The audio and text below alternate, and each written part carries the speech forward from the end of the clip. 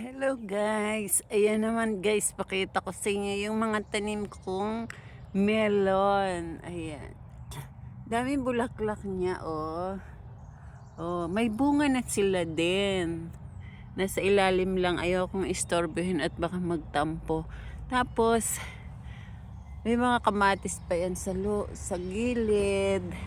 Meron din pakwan guys, ayan oh, may bunga na nga yan oh. Saan ba yun? Ayan, kita nyo ba guys? Maliit pa kasi. Ayan. Oh, hindi kita. Saan ba? Ayan oh. Ayan. Maliliit pa siya. Ayan pa oh. Oh. Oh, madami yan dyan sa ilalim pero ayoko ngang hukay-hukayin dahil baka magtampo. Tapos, magkakasama sila yung mga kalabasa. Yan ay bunga na din. Oh. Ayan. Ayan. Ayan, may mga bunga na sila. Tapos, ayan, oh. Tapos guys, may mga pipino din yan. Ayan, ayan naman. May mga bunga na din yan. Oh, ang sarap magtanim talaga. Yan guys, ang aking libangan dito. Araw-araw ko silang binibisita. Ito pa yung pipino. Oh.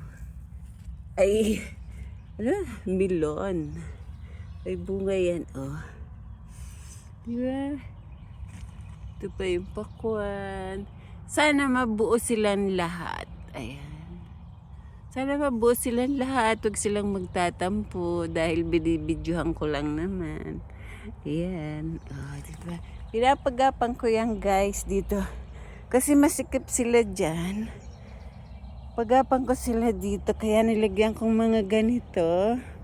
Para dito sila gagapang. Oh. Ayan. Gumapang na nga yung kalabasa doon. Oh.